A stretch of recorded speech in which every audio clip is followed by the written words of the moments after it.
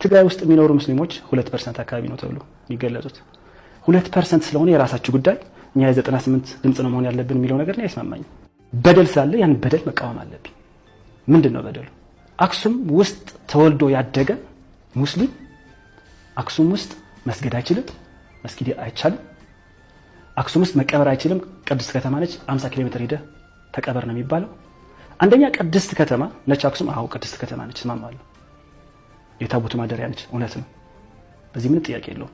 ነገር ግን ቅድስት ከተማ ላይ ዝሙት ይፈቀዳል፣ ጫት ቤት አለ፣ ሽሻ ቤት አለ፣ መጠጥ አለ፣ ወደ ተረፈ አለ። እነዚህ ነገሮች ህጋዊ ናቸው።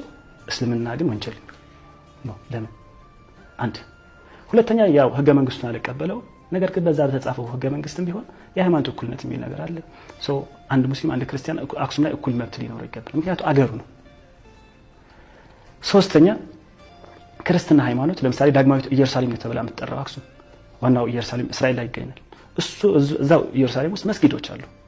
መስጊድ ነውር ሊሆን አይገባም። እስልምና የተቀደሰ እምነት ነው ለኔ ምንም ክርስቲያን በሆነ። አራተኛ አክሱም ማነው ክርስትና መስጊድ ከልክሎ አይደለም፣ በደል ፈጽሞ አይደለም፣ 50 ኪሎ ሜትር ሄደው እንዲቀበሩ አድርጎ አይደለም። ሌላ ከኢትዮጵያዊ ታሪካችን አንፃር በቅዱስ ቁርአን ይመስለኛል የተገለጸው ሌላ እምነት ምናከብር ምናቀፍ ነን እንጂ ይሄኛው እምነት ያለ ከዚህ እዚህ እንዳታደርግ የሚል ነገር የለውም። ክርስትና ይሄን እኔ እንደ አንድ ክርስቲያን እንደ አንድ ኦርቶዶክስ ይሄን ነገር በማድረጌ ጸድቃለሁ እንጂ